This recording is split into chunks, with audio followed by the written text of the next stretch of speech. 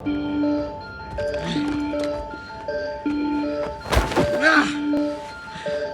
think I look pretty good, all things considered. Who's your buyer? Hey there, quirky people. Today we are going to look at one of the biggest unanswered questions in the MCU. MCU's Phase 4 and Phase 5 are bringing familiar several villains. Agatha Harkness and the Power Broker have already been introduced. Now the real Mandarin is coming in with Shang-Chi. Jonathan Majors is set to play Kang in Ant-Man and the Wasp: Quantumania. And then there's going to be the badass Taskmaster. Clearly we've got plenty of bad guys just ready to take charge. And we bet that there are many more like Abomination, Iron Maiden, Deviants, Nightmare, and Gore the God Butcher. Can you imagine that we've not even pointed out all the villains that No Way Home will bring in? Anyway, my point is that besides Kang, none of these villains are highly intellectual and scientifically potent.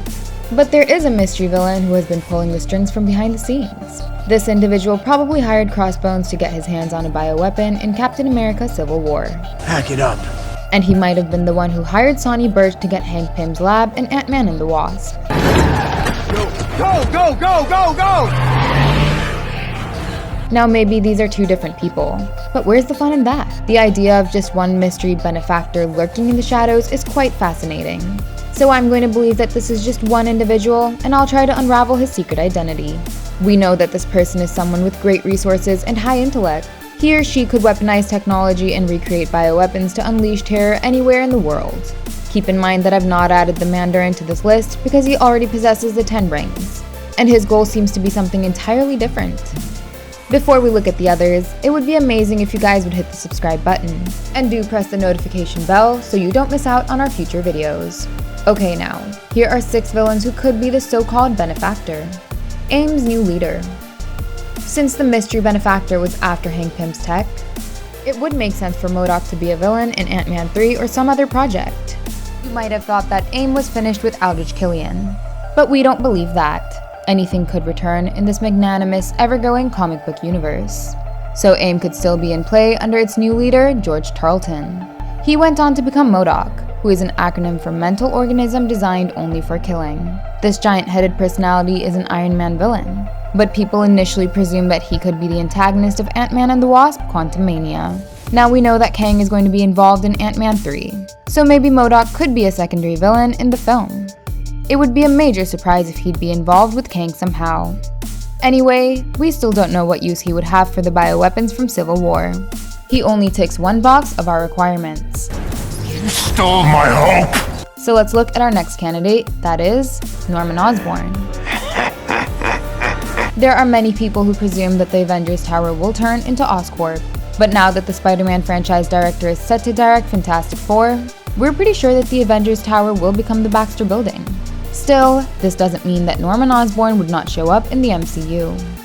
He is one of the biggest Spider-Man villains of all time, so we're sure that he'd arrive sooner or later. And since he is another tech genius, he could very well be the mysterious benefactor. Now keep in mind that I'm not talking about William Dafoe's Norman Osborn of Sam Raimi's universe. You know how much I sacrificed?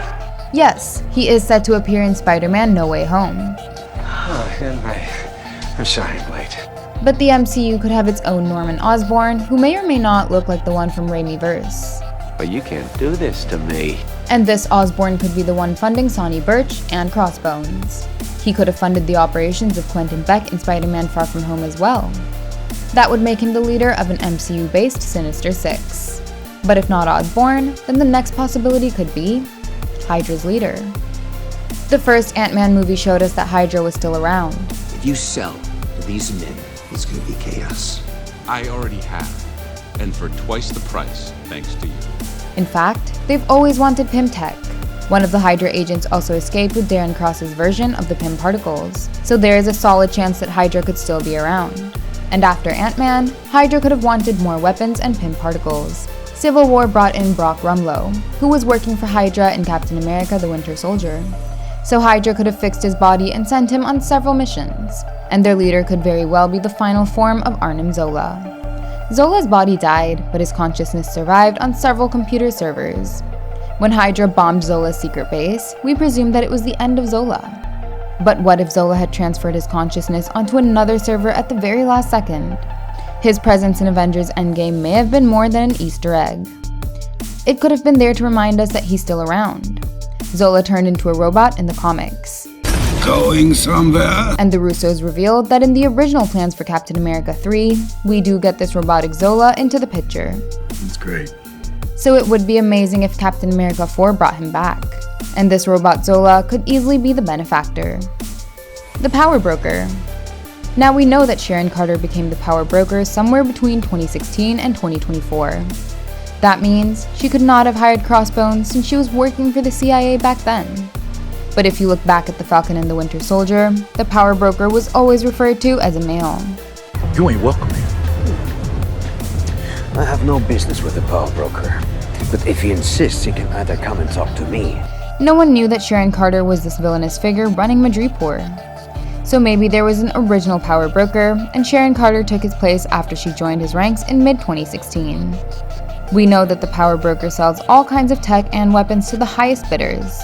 So maybe Sharon usurped the original Power Broker sometime before Ant-Man and the Wasp, and then she could have hired Sonny Burch. Her plans could have been to sell off Hank Pym's tech. For our next candidate, we have Dr. Doom. Reports have suggested that Dr. Doom could appear in Black Panther 2.